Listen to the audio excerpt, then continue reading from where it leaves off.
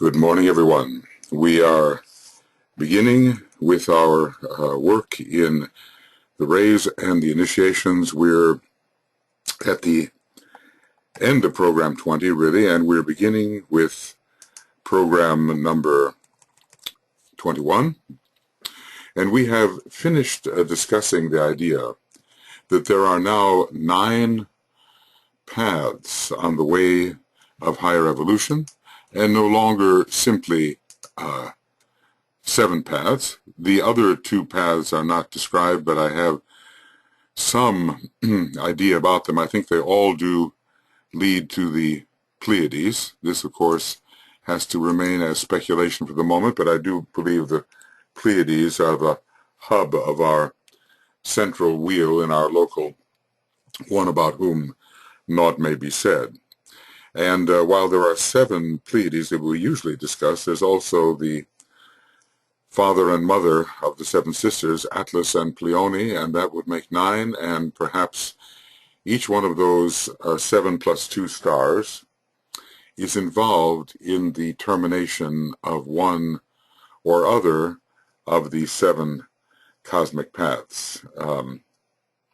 These things will be more relevant to us when we are at that particular stage of evolution, and that will be yet a long time. But for the moment, we can at least realize that the entire possibility of the advancing Chohan has been expanded, and that at this point expansions have been created in which we see that the cosmic mental plane is no longer barred to the advancing master or Chohan. Thus the masters will have 9 choices to face when they face their decision. There will be no need for those on certain rays to pass onto certain already determined paths. So the paths on the way of higher evolution are not ray determined, and it does seem as if once they were. So that is an interesting possible point. DK does emphasize that at this time they are not ray paths. But they can move forward under their own inspiration and with greater freedom. Do they have complete freedom?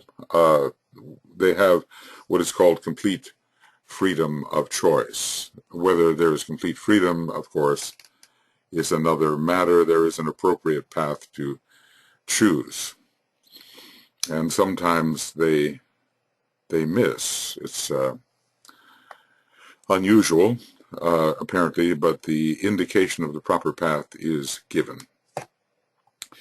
The cosmic mental plane is not barred to them as has hitherto been the case, and we do know that there are certain paths which lead to the cosmic mental plane. Now you kind of wonder whether earlier phases on those paths could be trodden, but not the completeness of the path. For instance, the path of the planetary logo leads to the cosmic mental plane, as does the ray path and does the path of absolute sonship. So it would seem that these paths could not be completed if the cosmic mental plane was barred as heretofore to the advancing master or Chohan. Apparently in earlier times, earlier than this, it was the advancing master. Now the decision is made at the 6th degree, and I would say, well, we do know it's ruled by the 3rd ray, that initiation of decision, and we would expect that it would be strongly connected with the sign Libra, the sign of choice. So those are a little bit of a preamble. All these changes, let's make sure I have my bracket, all these changes have been due to the successful response of our planetary life expressed through the human kingdom at this time. So that's the planetary logos expressing through the human kingdom at this time when the number 4 is so important, the 4th kingdom, related thereby, to the processes of evolution and to the inflow since 1825 of the will energy from Shamballa. Let's just say that humanity has now been in a position to respond directly, more directly, let's say. The planetary life, or the Lord of the world, the extension of the planetary logos, has released the Shamballa force in 1825 for the first time since Atlantean times. So all these changes have been due to the successful response of our planetary life. And of course, it need not, the word planetary life need not necessarily represent the planetary logos. It can be simply all the various living forms with the various kingdoms, but expressed at this time through the human kingdom, to the processes of evolution and to the inflow of the energy of Shamballa. This, in its turn, is due to the progress of Sanat Kumara himself within his own identified life upon the cosmic path which emerges from the cosmic mental plane. Now, this is very interesting because it tells us something about the path of our planetary logos.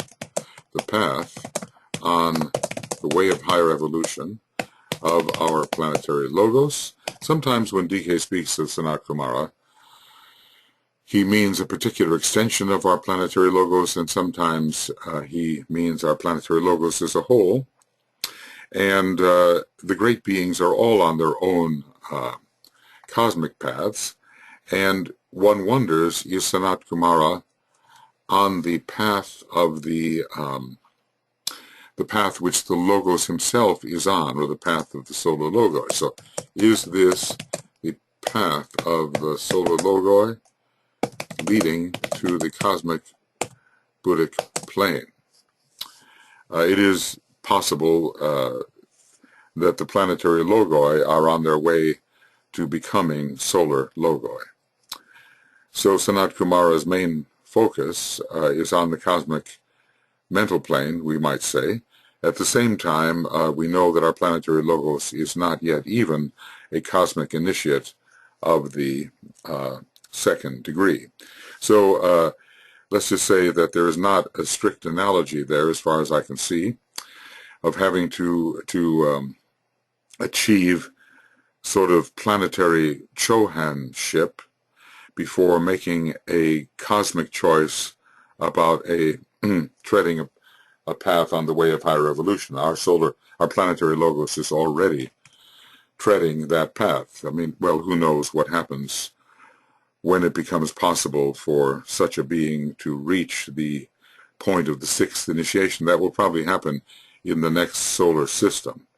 A cosmic initiation for planetary logoi, or at least for our planetary logos, will be reached, I believe, in the next solar system, although a kind of cosmic fifth initiation, I expect, will be reached in this particular solar system, because our planetary logos has to play its role as an activated base of the spine center for the achievement by our solar logos of perhaps the fifth initiation in this solar system. Whether our we can anticipate that he might achieve the fifth initiation, our solar logos, working through the solar system, but if not, then in the next. And if he were to achieve the fifth initiation, certainly the sixth initiation is reserved for the next solar system, but if he were to achieve the fifth initiation in this solar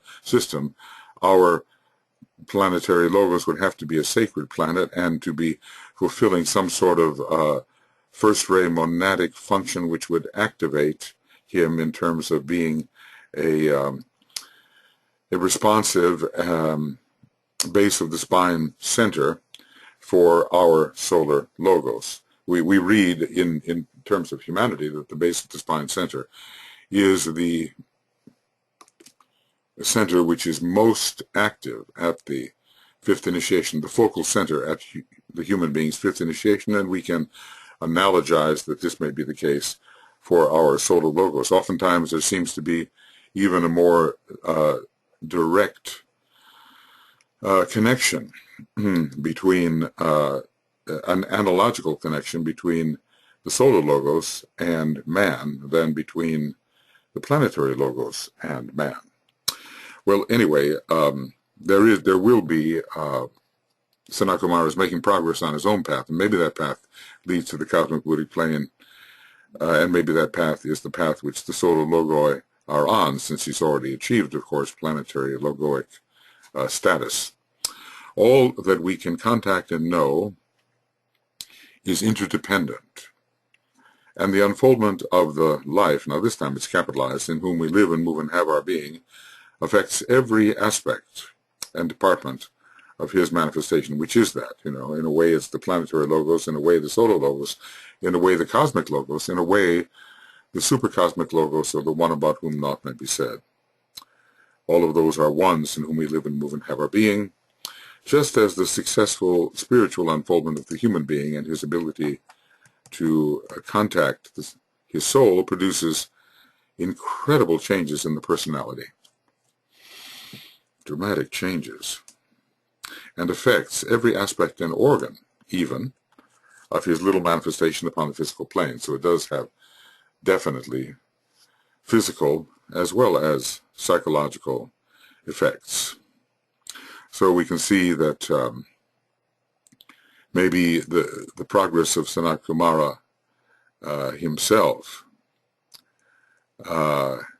is partially responsible for these other paths opening up before the advancing Chohan. As Sanat Kumara advances, so those monads, which are in a way cells in his nature, can also advance or be projected onto paths of which we can know very little. He really doesn't say what they might be, nor is it relevant to us. It's almost as if the 8th and 9th paths are still more advanced ways of proceeding, just as our 8th and 9th human initiations are, going far beyond what we can imagine, the initiation of transition and the initiation of refusal. It's quite enough to think in terms of 7 initiations, and usually 7 cosmic paths will be sufficient to engage our thought. He really doesn't discuss anything but the 7. Now, let's just see where we are here. This looks like, okay, right, okay. So here in what I have to say, the teaching is carefully guarded. So what is he saying? This book is intended for a large number of those, for a much larger number than those who read and claim to understand the trees and cosmic fire.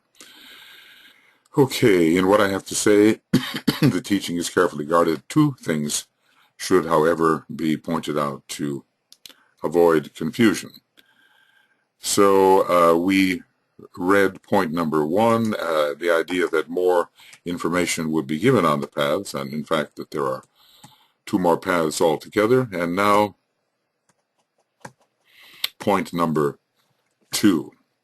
The intelligence of humanity is now of such a nature that certain earlier initiations no longer exist, and we can assume, we might say, that these are not the great monastic initiations, and mankind has shown itself to possess the potentialities which will enable its individual units to tread not only 1 or 2 cosmic paths hitherto open to them, but all of them if given the right training.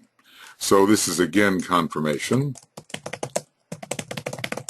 that before recent times, and maybe even since the first books, and maybe even during the span in which the first and last books were written,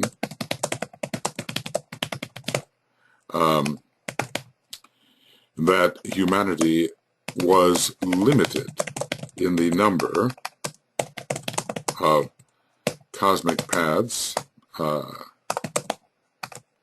let's see,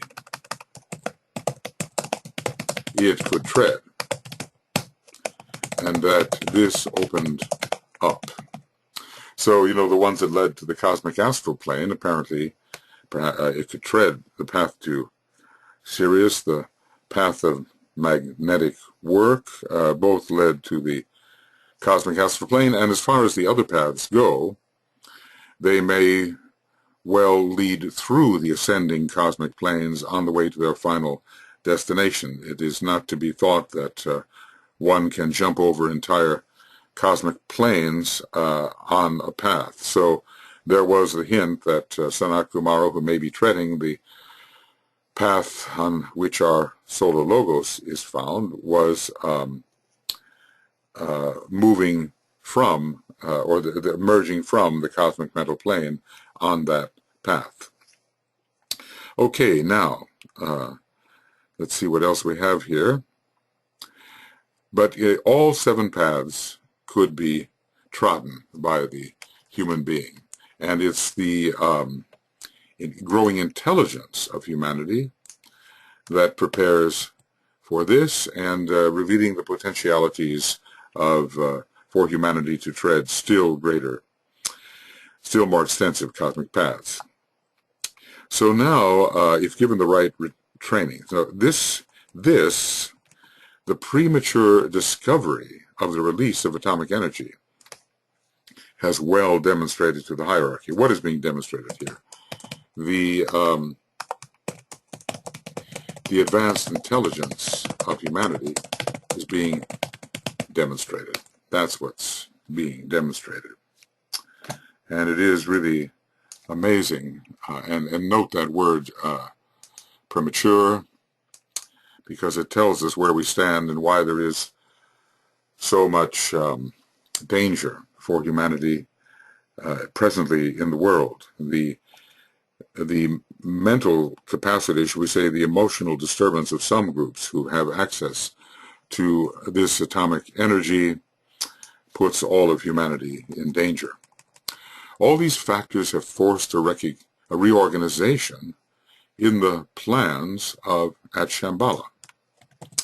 And in a unique conference in that far greater council chamber over which our solar logos presides, and we would say, just as Sanat Kumara ultimately presides over hierarchy. Greater opportunity was consequently offered to the members of our planetary hierarchy. I stress that point. The opportunity was not offered or presented to the 4th kingdom of nature, but to the 5th kingdom, and I would say with its inevitable effects upon the fourth kingdom of nature. Yes, so there is this constant magnetism or updrawing or updraft or attraction which the advancing higher groups exert upon the lower, making it possible for them to advance further. Interesting, the reorganization in the plans at Shamballa, and we really have to think that this reorganization occurred during the period between which the first and the last books were written, and that was the time when atomic energy was applied and expressed, and at first in a very destructive manner, about which DK has interesting things to say. So, it is all these facts which have caused, which have caused what may look to you like discrepancies and limitations in what I have given, and in comparison with that given in earlier volumes of this treatise, but they are not so in reality. So there have been changes. Now, the The trouble often is that people, in their love of variety and novelty, without assimilating what they have already been given, wanting to jump to the next new thing as if that is somehow an indication of advancement, tend to imagine that changes of this nature are constantly occurring. A very great change has occurred, and DK says it has caused a reorganization, but about that reorganization he has written. Others continue to speak of all new changes all the time, which shuffle the masters around to different positions and appear to give all kinds of different objectives, and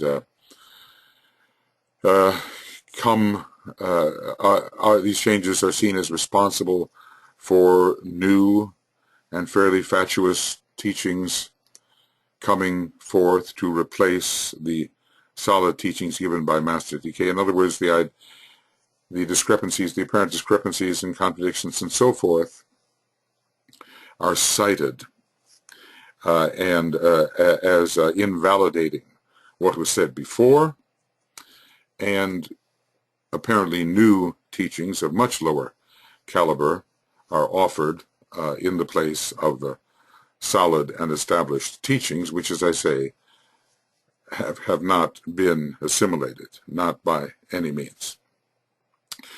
The master of the fifth initiation, even if now he does not at that time make his decision as he did before, and apparently the possibility of his making the decision, or the necessity of his making that decision at the sixth initiation, has been a relatively recent institution, faces intelligently and with some understanding of the choices to be made the sixth initiation and its decisions. Well, if after all he is conveying to us something about these decisions, and we, existing at a much lower point, naturally the master would face with intelligence and understanding the choices that he would be making at the sixth degree, even though he is not at this present time permitted to make decisions at the fifth degree as once he did, and maybe quite recently. He is shewn the newer opportunity, the modes of decisions, and the limitations which are no longer legitimate. And these are limitations which would determine that he could not take certain paths, and that he could not take any paths to the cosmic mental plane. I would like to point out here that these changes are a cause of deep joy to the hierarchy and to the great lives in the council chamber at Shamballa, for they indicate the strength and potency of Sanat Kumara's success.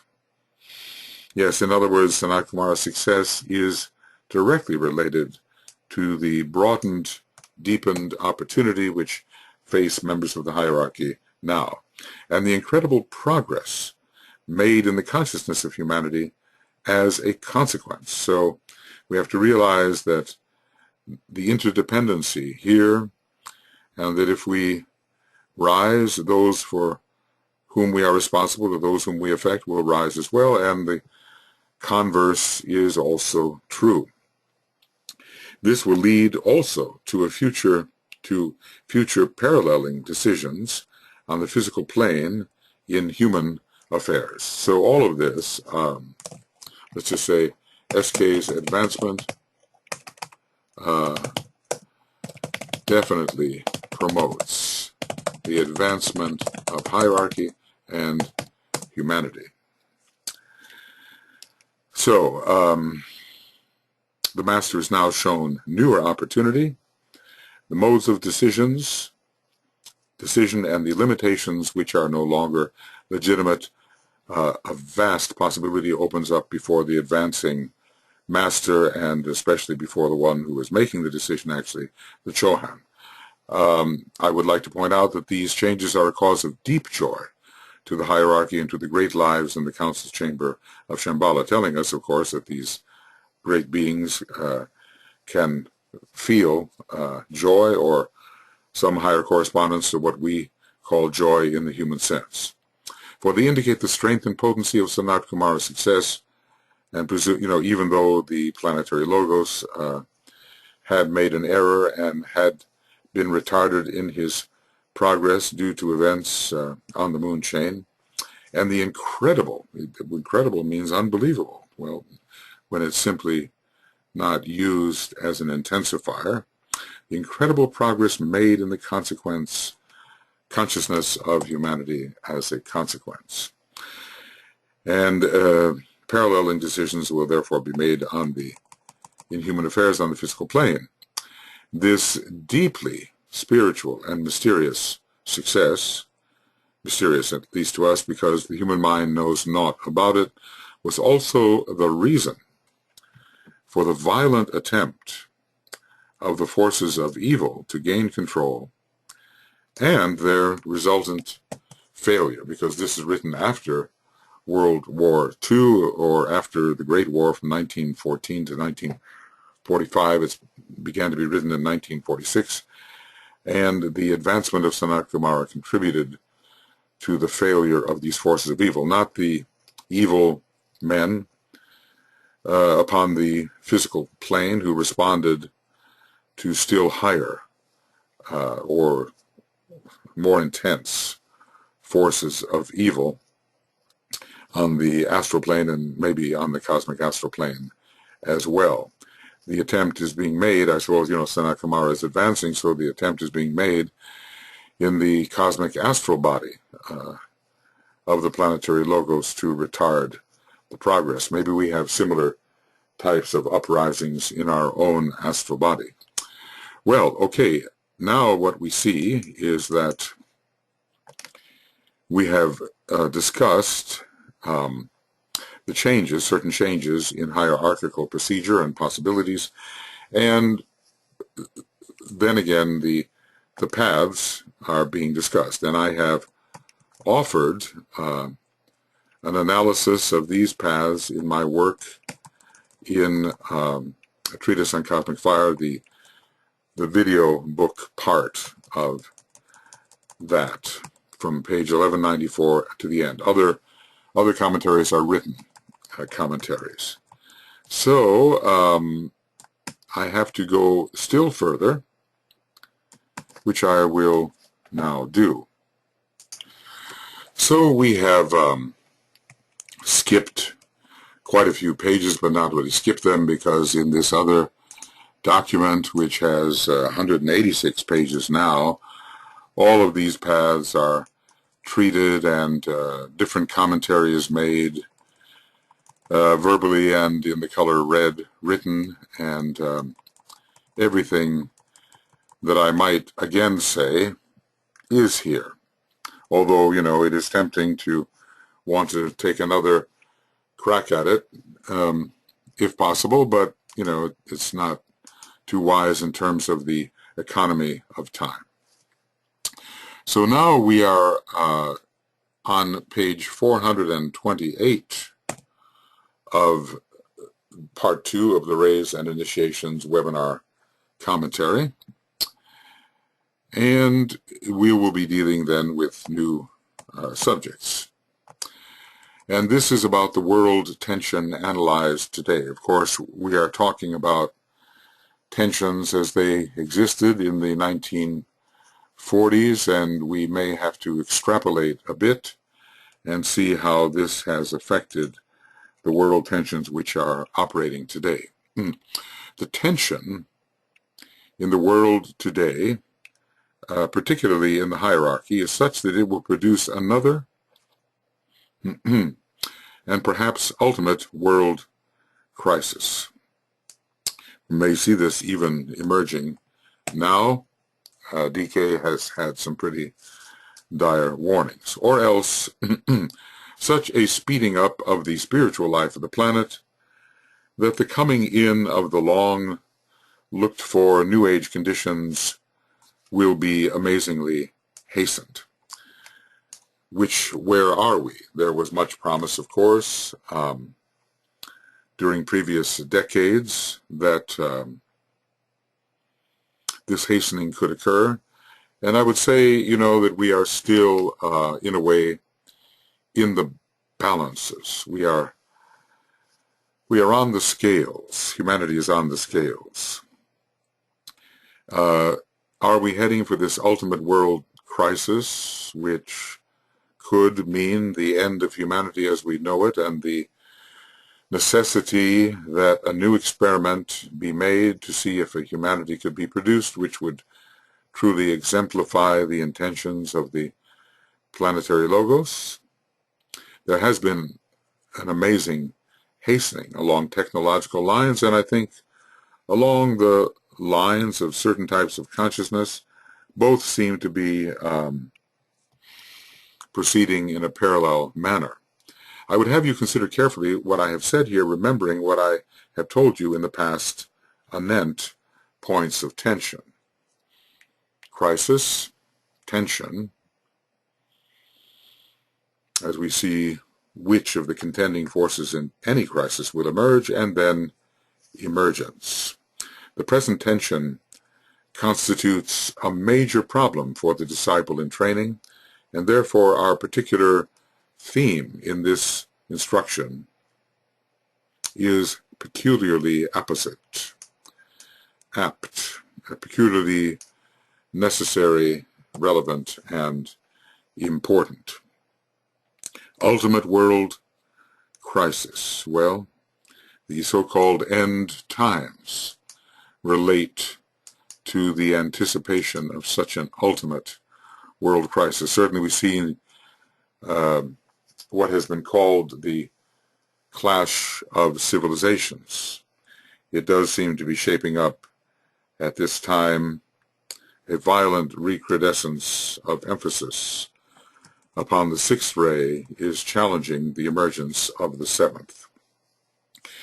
There is a great deal of glamour in the world today, and a great deal of that glamour is concentrated in Russia, and that was, before, at least, and this was before Stalin had died, owing to the youth and the basic political inexperience of that people.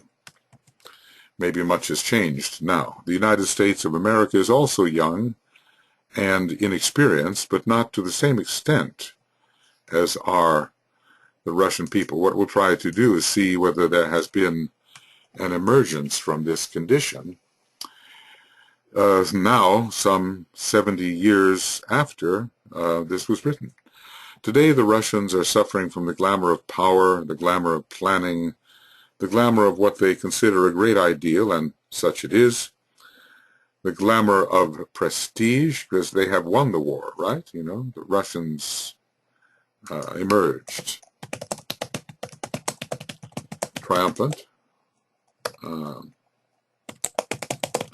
from the war, and the inevitable but ephemeral glamour of totalitarianism, which is the one condition in the nations of the world which DK asked to be defeated. He indicated it as a great necessity, the defeat of totalitarianism. Now we have the emergence of totalitarian religions, and one in particular, although there is that tendency with the sixth ray for all of the religions going out of incarnation, or going out, should we say, dying away, because they are no longer suitable to the advanced stage of intelligence and understanding of very many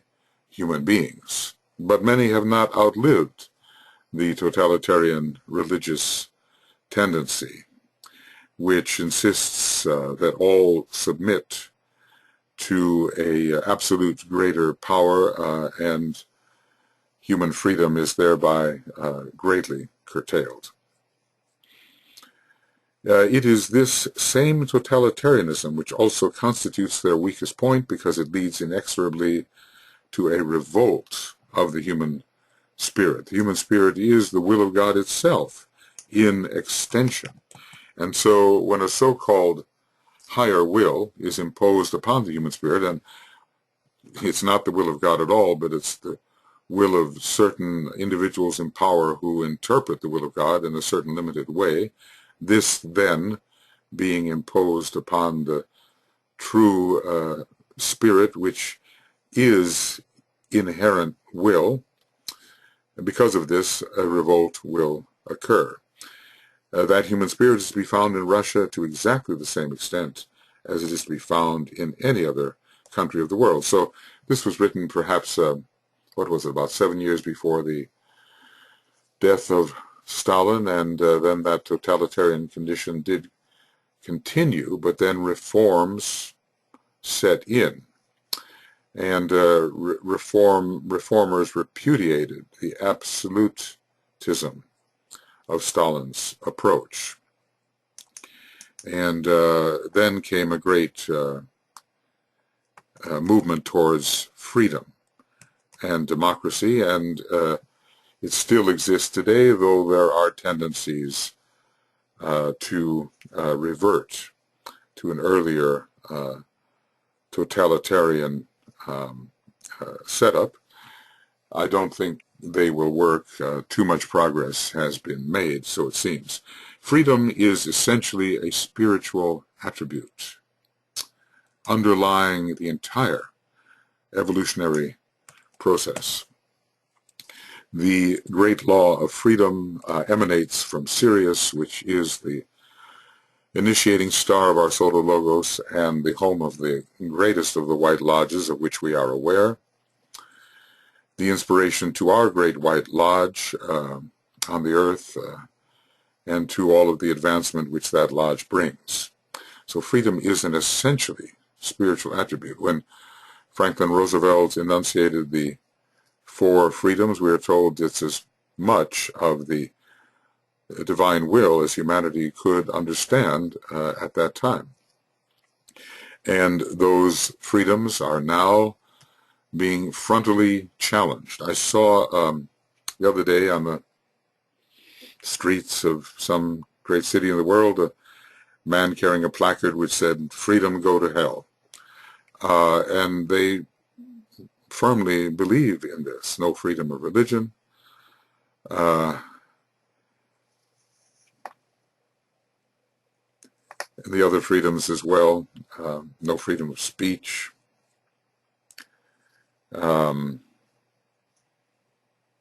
are the others? The 4 freedoms. Just let's look that up immediately. There's the freedom from want, yes, and the freedom from fear. Maybe not so much as emphasized there. The 4 freedoms. There are 18 entries, but I think we can find them. Freedom of speech, freedom of every person to worship God in his own way everywhere in the world, and that's expansive, not just in certain countries. Freedom from want, and so this has to do with economic freedom, and freedom from fear, and that's against physical aggression. Franklin Roosevelt brought this forward. No wonder he was considered a great first-rate disciple. So there is a frontal attack now against many aspects of these 4 freedoms, especially freedom of speech and freedom to worship. And of course, the other freedoms are not promoted. So this should always be remembered as a strengthening and conditioning reality by men everywhere. One of the great lords of Shamballa, the lords of liberation, is particularly connected with the promotion of freedom. Liberty, that's the freedom part. Equality, fraternity, the 3 air signs, actually, and very much connected with the planet Uranus. Uranus is one of the conduits for Syrian force, along with Neptune and Saturn, and also a still greater planet perhaps, unnamed. But the Lords of Liberation, especially one of them, has been active in resolving the Second World War. It has survived eons of opposition from the principle of enslaving selfishness and the tendency of those who are selfish in this way to enslave others, and is largely responsible at this time for the struggle in which we are participating.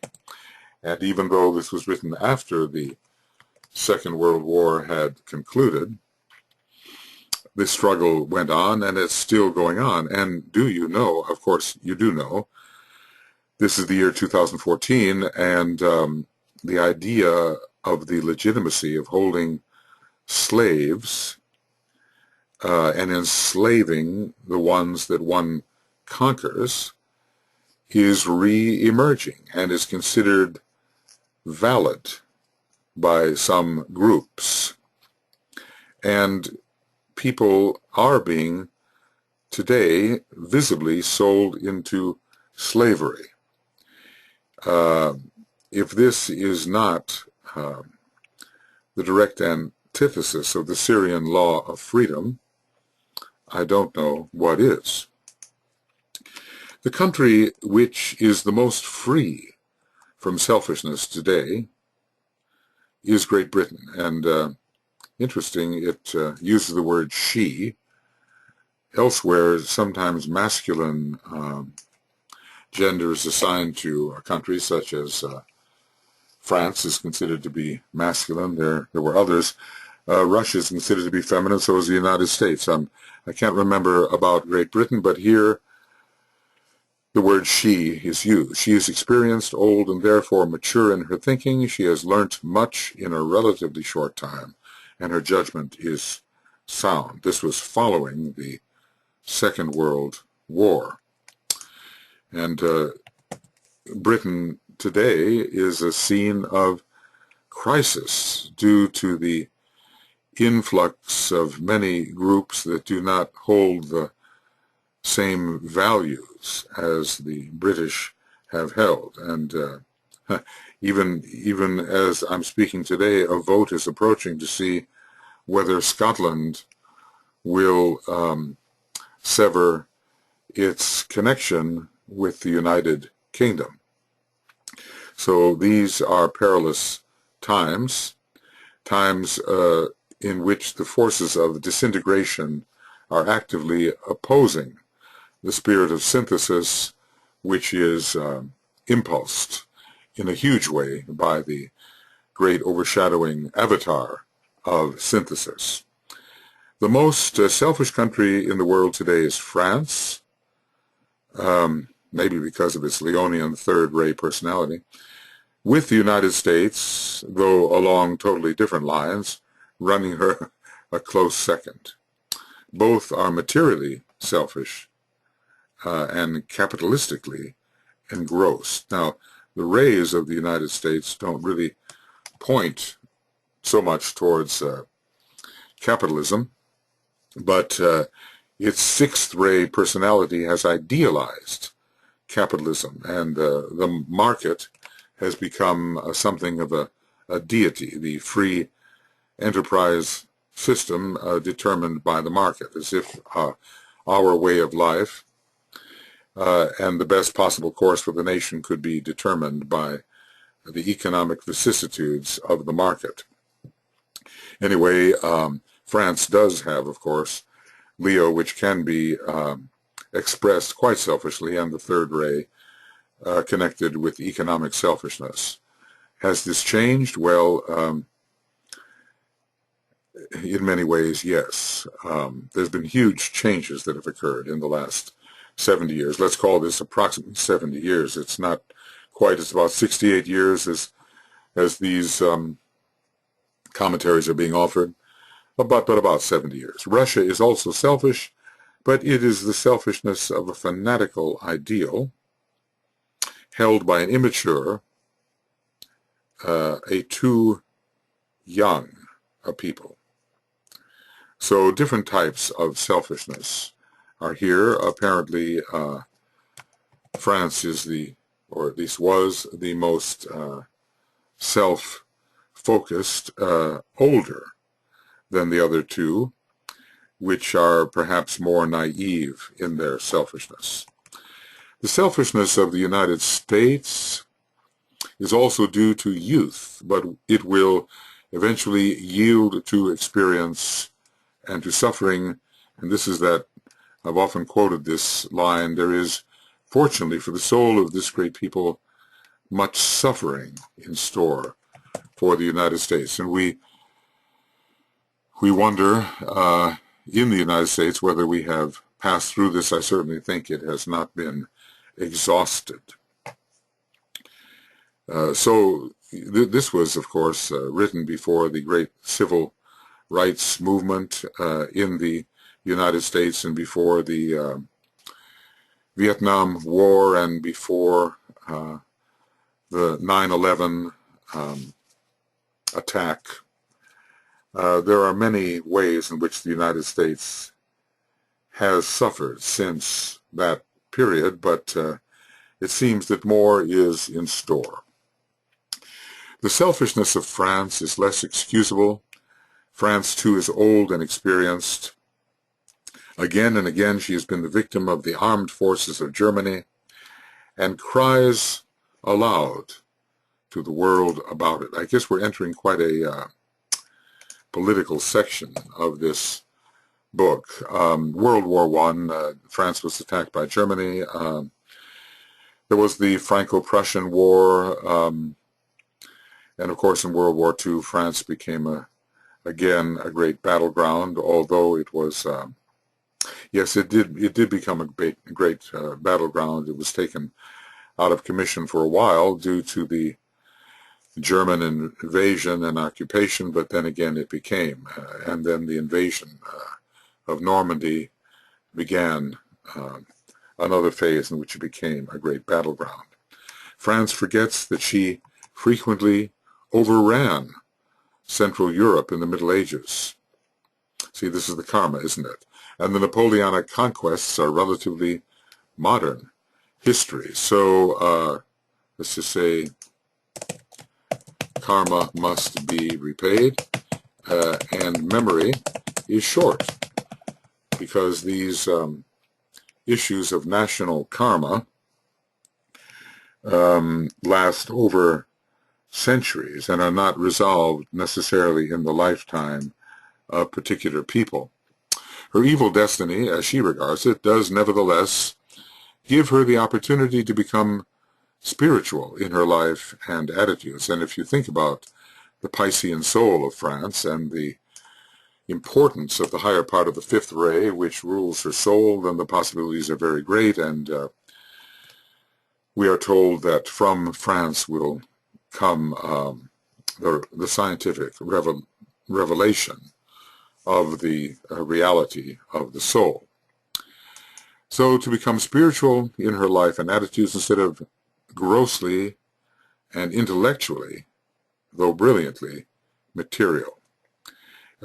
Intellectual brilliance of a material kind is the possibility also for France, and that would ally her in unfortunate ways with the tendencies of the Black Lodge. We are told that in the period of the French kings, the Black Lodge, or cosmic evil, was at work in France, as it was at work in the Roman Empire and at other times. She has not yet learned her lesson, and as yet shows little inclination to do so. Strain, economic privations, and anxiety may teach her. The result will be stability. Now, even today, France is the home of the propagation of the mottos: liberty, equality, and fraternity. Oh, how to spell that. And France today is playing a role against the onset of religious totalitarianism. So France today plays a role stemming the tide of religious totalitarianism.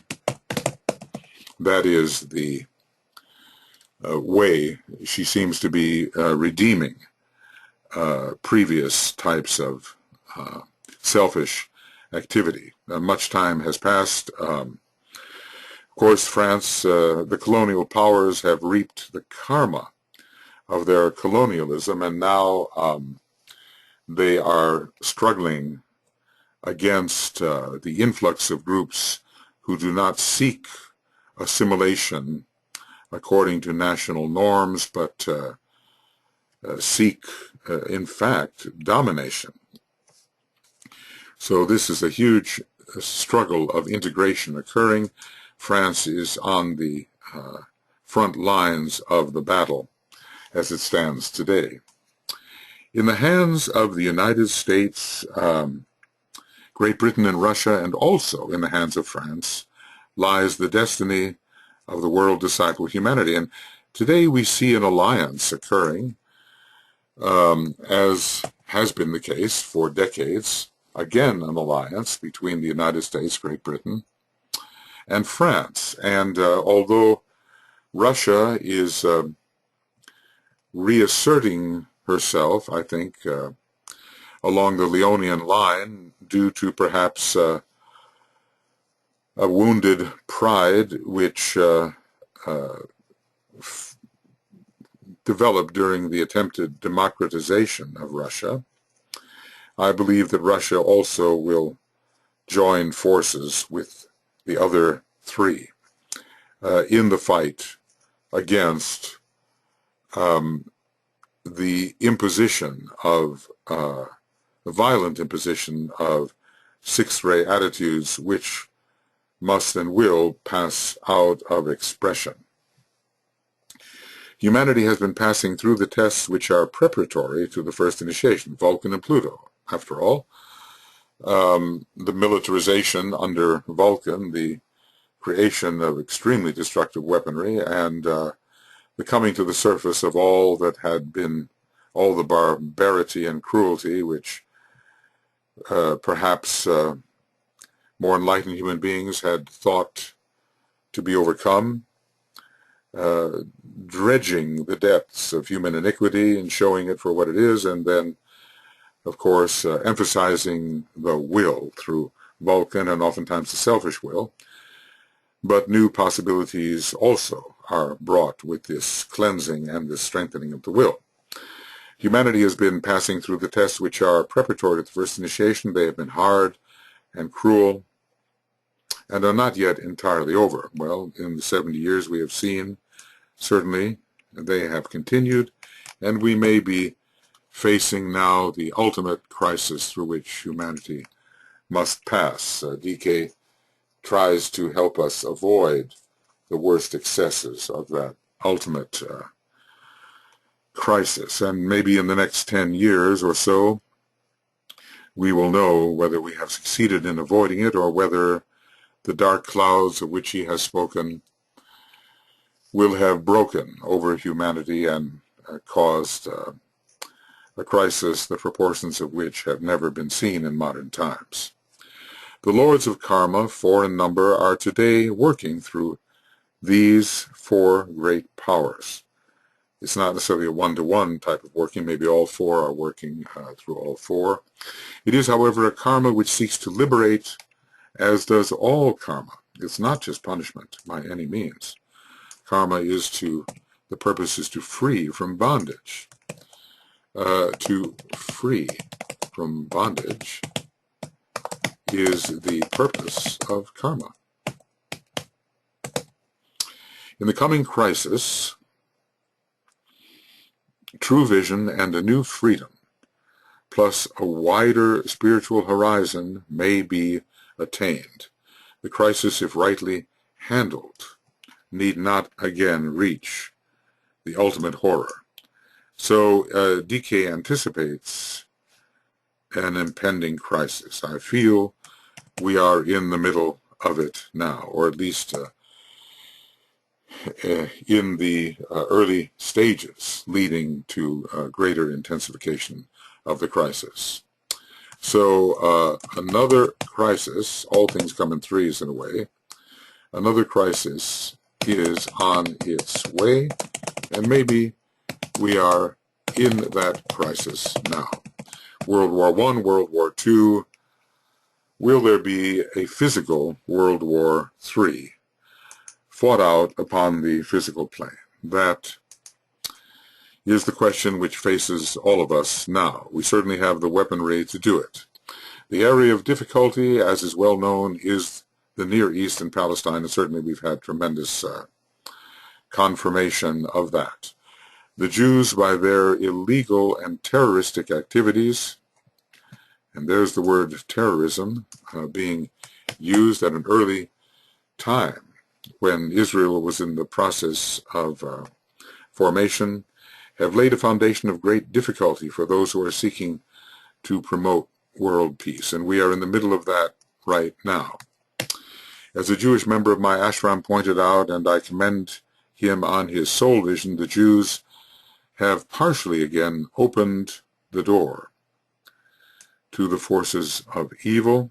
These are hard sayings here, which worked originally through Hitler and his evil gang. It seems like the dark forces always look for new opportunities.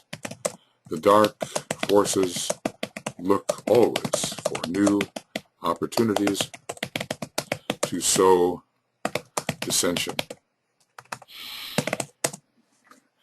The sealing of that door had not been successfully accomplished, and it is the part of wisdom to discover this in time. And certainly we've seen the unleashing of terrible and barbaric forces, maybe stemming from what DK calls the illegal terroristic activities, perhaps. Certainly there has been a reawakening of things long concealed. Pluto is scourging the depths of the aura of humanity, and things are coming to the surface which one would, so barbaric that one would not believe them to still exist in humanity at this time. We have the perspective now, 70-year perspective on what DK is saying, and certainly evil has been tremendously unleashed in the world, and the battle is again on. These forces of evil work through a triangle of evil, one point of which is to be found in the Zionist movement in the United States, and the Zionist movement, of course, exists as well in other countries, but maybe he's pinpointing the United States. Another in Central Europe. Some have speculated about where that is occurring, and does it have financial implications. And Palestine. Palestine is no longer a holy land and should not be regarded. Those who are thinking prominently of along the six-ray line still regard it as a holy land. But we have seen that there is a huge point of tension in that area of the world today. It's involving really now the entire Middle East. I've often considered this to be a great battle between the chakras of humanity, the higher and lower chakras, with the lower chakras asserting themselves tremendously because the great liberating possibilities of the Aquarian age are imminent, and these forces want to preserve their old selfish prerogatives. It's quite a change in this book. You know, I've been dealing with the seven cosmic paths, or making up for what I did not cover before, the newer material, and then citing that the material on the cosmic paths had been discussed in the Treatise on Cosmic Fire webinar commentary section from 1194 on of that book. And now we have become very practical, and we are looking really at the world situation, and we are trying now to extrapolate into the present world situation and see how what DK discusses has bearing on what is occurring today. Now, again, he will emerge. Again, after 2025, he will speak. And no doubt he will speak of some political developments in the world, ecological, political, social developments, and he will give his perspective, which I'm sure will correct the perspective of many of us, which is a perspective conceived in more human terms. So this is the end of Raise and Initiation webinar commentary, part 2 of program 21. And we are on page 430, ending with page 430, and having begun more like page, well, sort of 411, 412, something like that. I'm not going to go back and try to see that. And we'll go on with the beginning of Raise and Initiation's webinar commentary program 22, starting on 4:30. We're in the midst of a very political discussion. The possibilities still lying before humanity are quite dire, and DK foresaw this, and in the original introduction to the Problems of Humanity warned against it. We're in the middle of such a battle. Those who are in high positions say that the world is in chaos at this time. Is this the prelude to a world conflagration? The next few years will be critical in determining whether that is the case. Okay, so we'll go on shortly and continue our work in the second part of the Raise and the Initiation. See you then.